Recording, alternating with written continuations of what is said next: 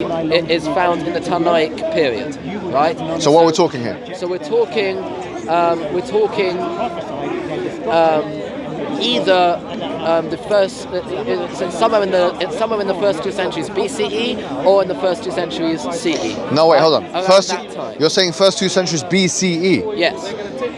So, right? but wait, hold on. You're saying first 2 centuries BCE. Yes. What's the manuscript evidence of that? So if you have a look in, for example, the Tosefta, right, which is actually a little bit after CE, right? When? Which is a little bit after CE. And how much of it is? Yeah, go on. So you'll find there very intricate rules with regards to writing of Sifrita. I'm pretty sure there are others from BCE, but I can't remember them off the top of my head. When was Moses about? I'm coming to it. Please. No, I'm letting you speak. You're asking me a very intricate question. Complex question. Bro, and Josh, you're the one. More than a minute to answer. Josh, listen. I'm not interrogating you. I'm giving you you're speaking more than I am. Because you're asking the questions. Yeah, inshallah. Okay, let me finish. When you ask a question, you should expect a detailed answer. No, but before you get into something deep, I'm asking you, when was Moses? Moses went on Sinai 3,334 years ago. So put that in BCE terms. Make them do maths now. 1400. Something like that. I'm sure you've done the maths. That's 1,000. Let's just say. Something like that. Right, no problem. As I say, 3,334 how do you establish the gap in terms of your manuscripts in first, second century BCE to Moses in 1400 BCE? So this is what I'm coming to now. Yes, please. So once we've said that around that time we already know that the rules for how to write the text, which if even one letter is different, then you have to throw the scroll out. So you're talking about 1,400 years after Moses? Yes. So we know that those rules were documented at that point. So the question then is, when were the rules established? Now, according to us, we will hold that that those rules are part of an oral tradition that we will say goes back to Moses. And now you'll ask for a chain of narration. Please. For this oral tradition. Please. So the oral tradition, we believe, was passed from Moses to his student Joshua and the 70 elders. Okay. Joshua then passed it down to Eleazar and to Othniel, the son of Kenaz. Okay. Othniel, the son of Kenaz, passed it down to his successor, who was Ehud, the son of Gera. Okay. He then passed it down to his successor, who was Shamgar, the son of Anath. Who passed it down to Barak, the son of Avinoam, who lived at the time of Deborah the prophetess. Okay. Then Barak so what we're talking about 300 years? In terms of the number of years. Yeah, but now you've gone about you've got 1,400 years to make up. I know. I'm going through all the names. Well, hold on. Okay. Giving me names without giving me evidence of these people's existences or some kind of these people lived in this area, these people had this occupation is useless. All you're doing now is, for all we know, you could be fabricating these names. What you're trying to do, and Josh, I'll be honest with you, right? It's a contrived and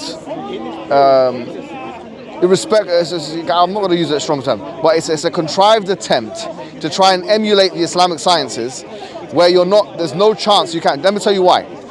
We don't just mention names. When we say the Prophet sent it down to this person, that person, we know that these people existed. We know where they existed. We know what geography they existed in. We know what kind of life they had. We know the biographies that they had, and we have historical information about them. Now, every single name that you've mentioned is exactly that. Are just names. Now, so I'll give you information about them. No. We don't have the time to sit here and go for 1,000. You're talking about 1,400 year gap of names between Moses and when you're saying that the rules were established. And let me just be straightforward with you, yeah. And to be honest, I've read works from prominent scholars of Judaism like Jacob Neusner. Okay, you don't know him? I've heard of him. Well, he's actually one of the most published men on earth. He's got a record. He's published like 1,000 books. Yeah, you should know him.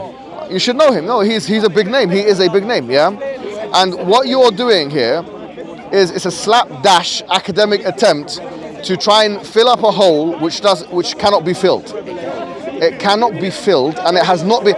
No scholar in academia takes this seriously. Of course not, because the academics do not believe in the Bible at all. No, They don't believe in the Quran either. We No, haven't got to that yet. The conversations must be different. The reason why the conversations must be different is this. When we're talking about our manuscripts, we're talking about what, 30 years after Osman? When we're talking about the people on our chains, we're talking about what? We're talking about people who we've got not only manuscript evidence for, but we have cross-referential data about. You simply don't have that data. You're not giving us any confidence that the 1,400-year gap that you've just described here can in any way, shape or form be filled up with anything other than blind faith and listening to your elders. That's the truth, Joshua. Now, if a person from another religion, a Hindu, did the same thing with you and gave you names of figures that might be fictitious, might not have even existed, there's no manuscript evidence of their existence, there's no cross-referencing where they lived, there's nothing, then you would not accept it and you'd say this is not good enough evidence. No, because that's not what I would be looking for. What I look for when it comes to a religion, whether or not they're based on any truth, is the revelation narrative, right?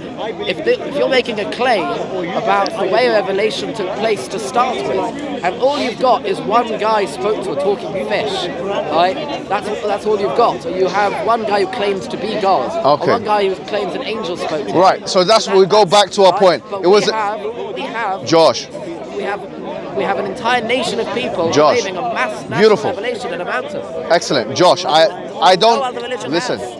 We accept that. Okay, we believe in that, and we're not saying everything you hold in your hand is wrong or fabricated or ahistorical. We're saying that if you want us to believe every vowel, every letter, every story, and with this many conflicting manuscripts, with this much gap that you have, it's unreasonable for us to believe in that. But what I will say is this. This is why you should not be totally confident in the book that you hold in your hand. And I will say this. We said that because we went on a tangent here, Josh.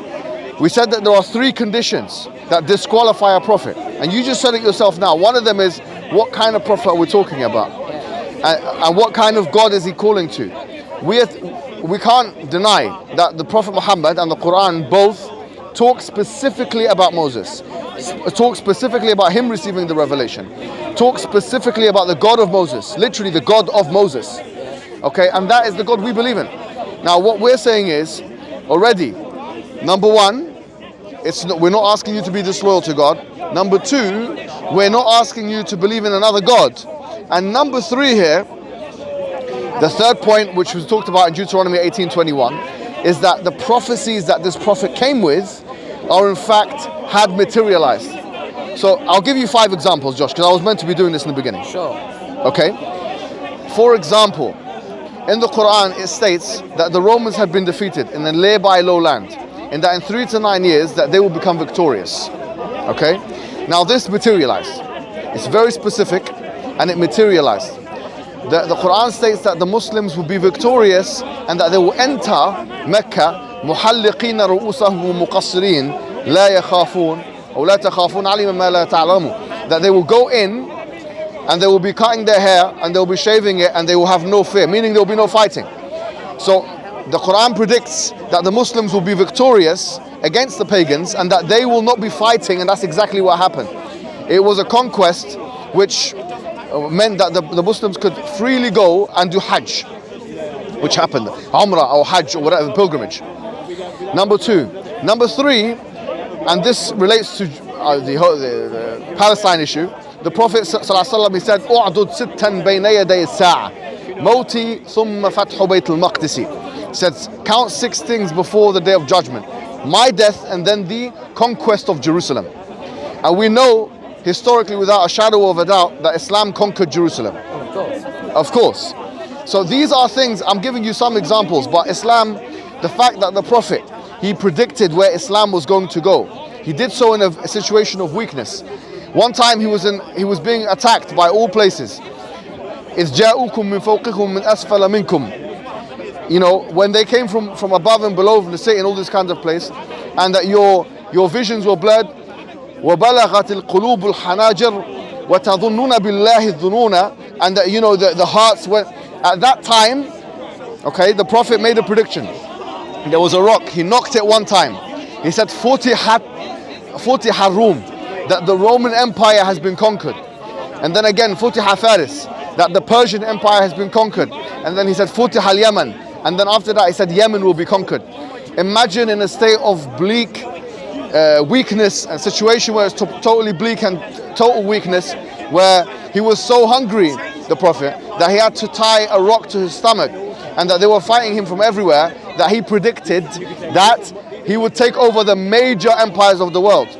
So amazing was this, that even historians like Barnaby Rogerson, he said the fact that the Arabs had conquered the Roman and Persian Empire, it's like Eskimos conquering America and Russia.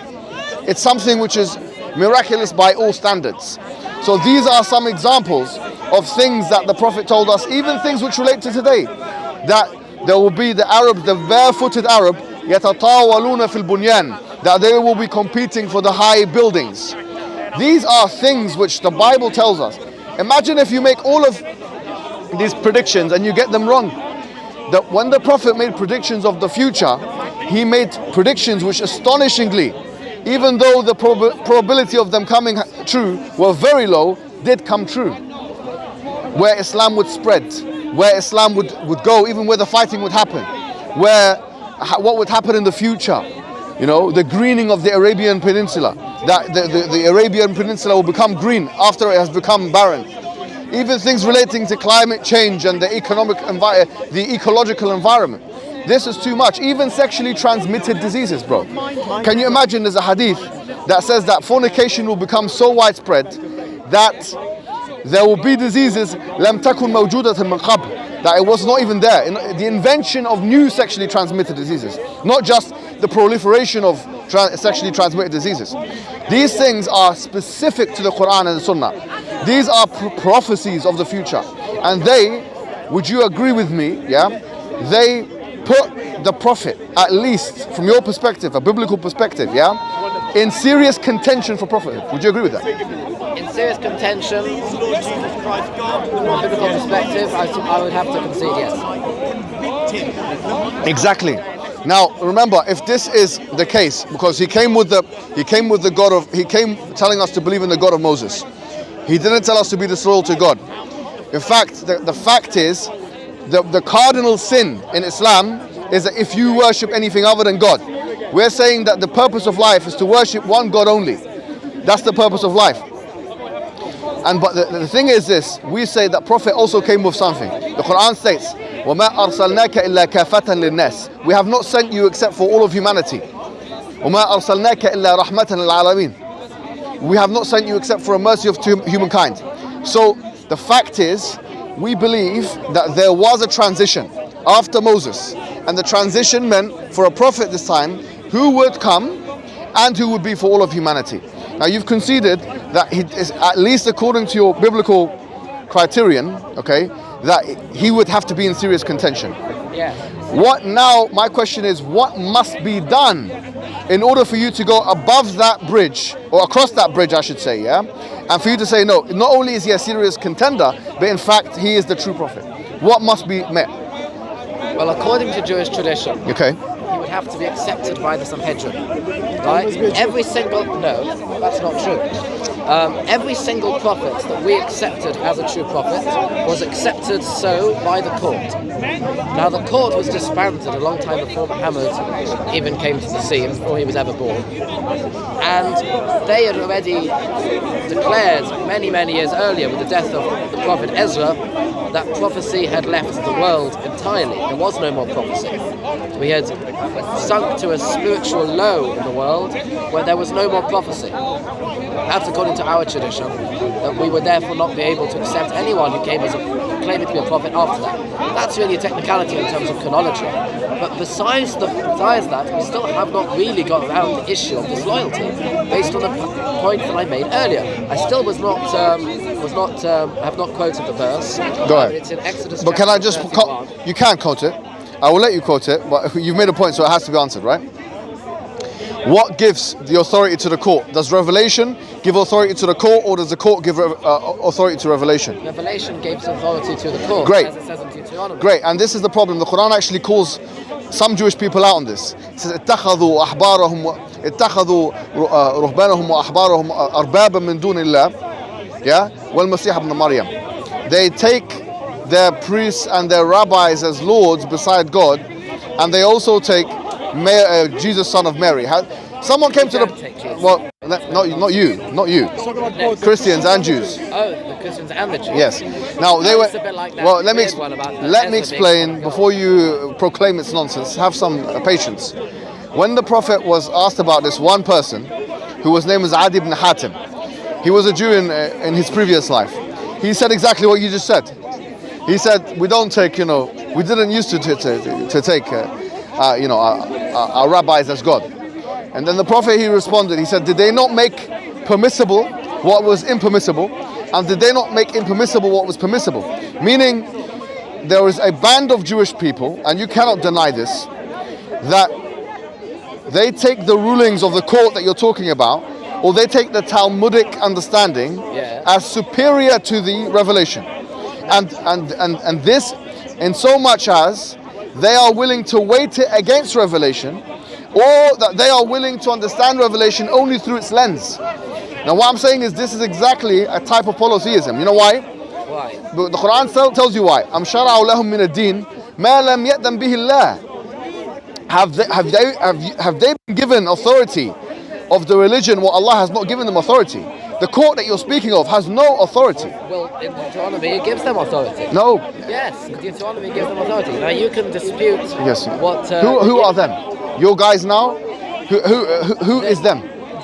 So the original court was the 70 elders that was set up by Moses, right? The court system was expanded by Jethro, and this court system, we believe, and we do have some evidence, right? Yes. Maybe not to the extent of your hadith thing, of this being something which continued all the way in terms of the court system, all the way till the end of the Gaonic period, right? Which is when we're talking about. That's already the 9th and the 10th century. So what's the biblical evidence for the court? The biblical evidence for the court having authority is in Deuteronomy chapter... It was the Sanhedrin. Yeah, the Sanhedrin. It developed into the Sanhedrin. Say again?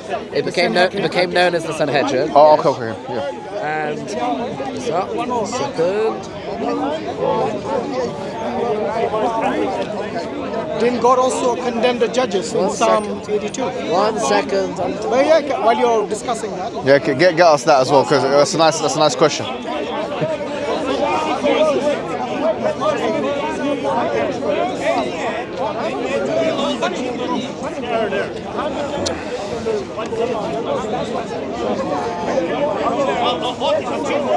I've got the verse written down. By the way, I appreciate your patience, discussion. I learned from this guy. He's got some good stuff to say. You read that? All right, should let him go hit for his thing first, and then we'll. I like the session, man. You got them ready, yeah? You got them ready, don't you? Yeah, excellent, man. I didn't expect you here, Jay. Yeah, man, no, it's good. Enjoyed your discussion with Barton.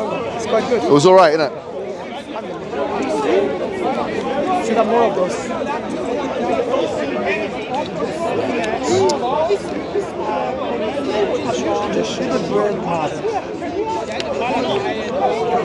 Well, this guy's got his documents. Are you going to court or something? Well, I'm studying. He's got his black coat as well. No, I appreciate this. Yeah, he does his homework. That's important. Not only that, no, he's just giving me his evidences. Yeah, please.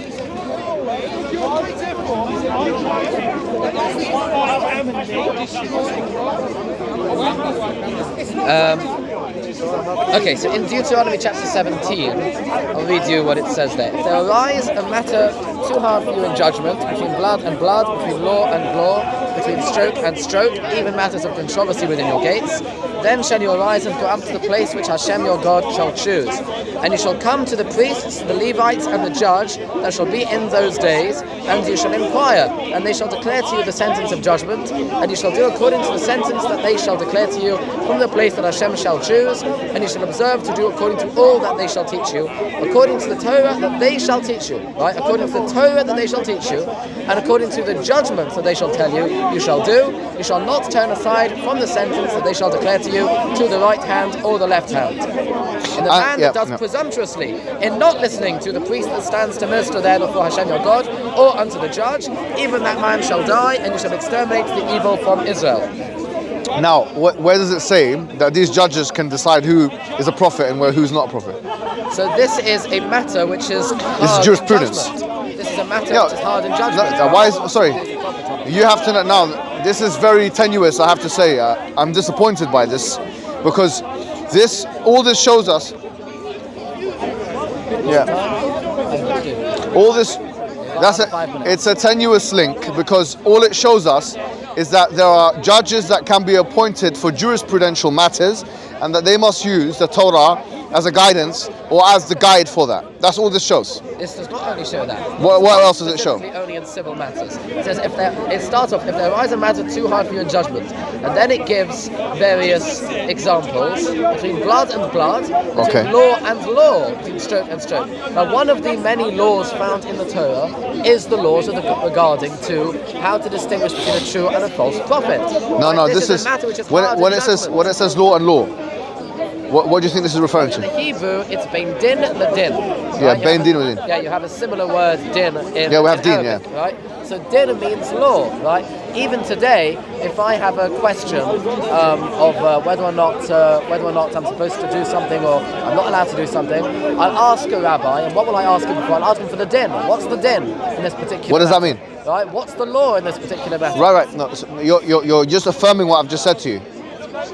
They are not allowed to invent anything from themselves, correct? They don't invent it. Right, so they tell you what it is. They interpret the Torah to tell you. So what their job is not to establish who is a true prophet, who is not. That's not their job. Their job is simply very limited, to jurisprudence. That is what their job is. Civil and criminal court. Yeah, that's what they are. Just civil and criminal. Well, it doesn't say anything about religion, does it? Where does it say that if a prophet is to present himself, he must present himself to the judges, and they must.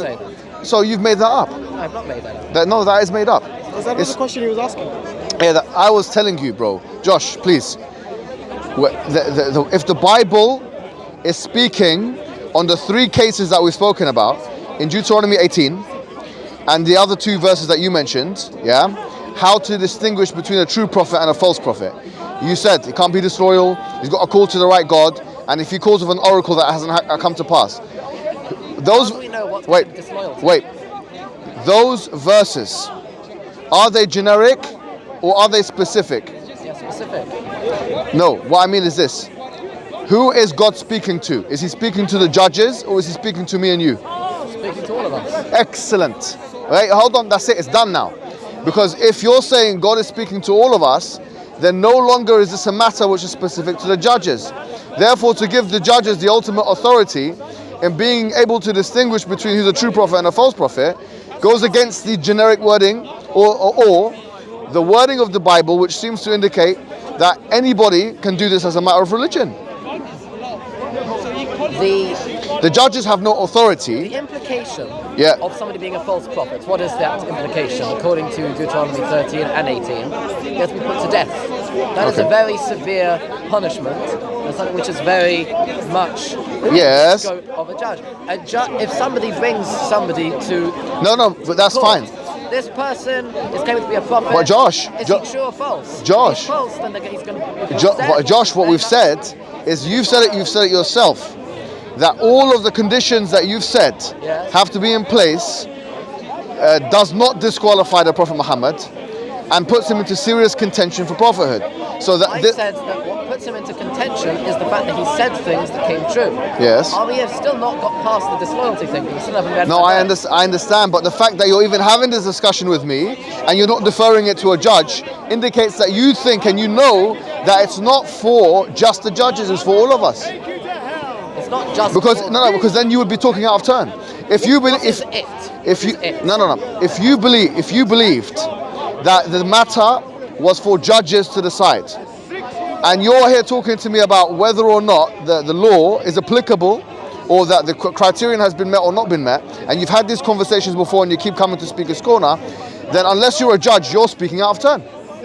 No, that's not the case. Of course it's the case. Because I'm not issuing any judgment here. I'm not issuing any legal, anything which has legal It's not a matter of judgment, right? It is, though. It's a matter of legal implications. It has no. There's a very clear legal implication if somebody's a true or false prophet. Can a judge get things wrong? Judges can get things wrong. Good. So if a judge decides, But God has made the system. no, but if the judge decides, and this is where maybe your verses come in handy, because the judges have also been attacked in the Bible. Yeah. If the judge, yeah, right. So if the judges get things wrong and you follow them, what happens? And you follow them, then if they've got it wrong and you follow them, then you've got nothing. Then God has nothing against you. No. In matters to do with revelation. Yes. So hold on. Judges- Let me be clear. Yes. If a judge says to you that we should do a practice which is a pagan practice, and they've got it wrong, and you follow them in this, they tell you to worship another god. Well, there's actually laws about that in No. Leviticus. No, but- it talks about that specifically. And what's the answer? The answer is that an offering has to be brought when it's realised that a mistake has been made. No. If the judge Yes, if the judge made a mistake. if the judge tells you to do something which which goes against the first commandment, the second commandment. Yes, Okay, so is that conceivable? it's conceivable. But something Excellent. could happen. So if that's conceivable, if the judge gets it wrong and you follow him on something which will render you a polytheist, do you get punished for that, for being a polytheist? There is a degree of punishment. I'm being told I'm supposed to be. No, but this is important. Don't leave now, because the Quran makes this. I agree with you. Listen. Josh, listen. Yes. We agree on one point. On matters to do with law, if you follow the judge, you're alleviated from the punishment. We also believe that. Because there's a very similar verse in the Quran. Listen, where you just said that, in matters of controversy, there's a very similar verse. It goes like this. وَإِذَا جَاءُكُم بِأَمْرٍ مِّنَ الْأَمْنِ أَوْ الْخَوْفِ أَذَاعُوا بِهِ. Listen. وَلَوْ رَدُّوهُ إِلَى الرَّسُولِ وَإِلَى أُولِي الْأَمْرِ مِنْهُمْ لَعَلِمَهُ الَّذِينَ يَسْتَنبِطُونَهُ مِنْهُمْ. That if they come with you with a controversial matter or a matter of fear and safety, they should they will announce it. But had they returned it to the Prophet and to the people who know how to extrapolate among them, then they would have known how to extrapolate it. And that's why the Quran says, فَاسْأَلُوا أَهْلِ الذِّكْرِ إِن كُنتُمْ لَا تَعْلَمُونَ. Ask the people of knowledge if you don't know. When you go and follow a jurisprudential ruling of a judge, you're alleviated. I agree. But not in matters which relate to ultimate salvation. Not in matters of polytheism. Not in matters of this is a prophet or not. And what's the evidence of that? The evidence of that is that if a judge, as we've said, calls you to polytheism, calls you to worship Jesus, if a judge, a Jewish judge says, worship Jesus Christ, and you worship him, you will now be sinful completely, correct? Yes. Excellent. That's why I say, if a judge says, don't follow a prophet which has a revelation, which his authority is higher than the judge, then the same thing should apply. And one more thing, Josh, one more thing. Yes. The Quran actually mentions this. It says, يَوْمَ يَتَبَرَّأَ الَّذِينَ اتُّبِعُوا مِنَ الَّذِينَ اتَّبَعُوا وَرَأَوُا الْعَذَابَ وَتَقَطَّعَ بِهِمُ الْأَسْبَابِ. That the day where the people who have been following, the followers, the blind followers, the sheep, they will disassociate, or the followed will be they will disassociate from the followers, and then the punishment will be shown. It's in these matters. So I say to you, be careful. And this goes back to اتخذوا أحبارهم ورهبانهم أربابا من دون الله والمسيح ابن مريم. They took their priests and rabbis as gods besides God because they've made permissible what's not permissible. That if you make your faith about following judges on issues to do with salvific potential, then what you're doing is no better, than what polytheists do. There must be an aspect of you being able to distinguish by yourself, like you have, and you said this more than once. The Prophet is a contender, at least based on the criterion of the Bible. You said it. That you must be able to make that decision independently. You have to, and this is what the Quran says this. But Josh, listen, I don't want to be preaching to you, but the Quran says this. وَإِذَا قِيلَ لَهُمُ اتَّبَعُوا مَا أَنزَلَ اللَّهُ. When they said to them, follow what God has set down, قَالُوا بَلْ نَتَّبَعُ مَا أَلْفَيْنَا عَلَيْهِ آبَاؤُنَا. They say, no, we're just going to follow what our predecessors came with. وَلَوْ كَانَ آبَاؤُهُمْ لَا يَعْلَمُونَ شَيْءٍ وَلَا يَعْقِلُونَ. Even if their predecessors, to go. Yeah. So what I'm saying is you must extract yourself from the idea that if it's the judges that make a decision about your life. Mohammed, Yeah, sorry, go ahead. we need to wrap up. Right, go ahead. So we need to go. So Sorry, can we continue this yeah. conversation next week? Of course. I'd very much like to continue. We can set a time. We'll continue next week on Sunday. If you want to maybe meet me at 3:30. Well, Aaron's got my number. We'll get in contact and stuff. You've got Aaron's number, yeah? I have Yoel's number. I have Ali Dawa's number as well. All right, so we'll sort it. Yeah. All right, cool. We'll sort it. Thank you, my friend. Yeah, take care, yeah? Think about what I've said. Think about what I said as well, my friend, yeah? See you later. What? What's happening? Huh? All right, Josh. See you next week. Next time, inshallah. All right. Do you want to wrap up? You okay? Do you want to summarize or you okay? No, I'm all right. There's a lot of cameras here. That was a very interesting discussion. And They still stick to the Masoretic text, which is the 10th century, isn't it? yeah, tell us more. I mean, I think it would be best if Josh was here. Otherwise, he'll tell me. He's speaking when he's gone. Yeah, I agree. He said he'll come back next Sunday. Let's talk when he's here. So it doesn't seem like we're doing anything underhandedly. Exactly. And hopefully you guys have benefited from it. I know it was a long one, but you will learn a lot from these kind of ones. Yeah? All right, come and take these microphones. Come and take them. Let me take the one. Take them. So I can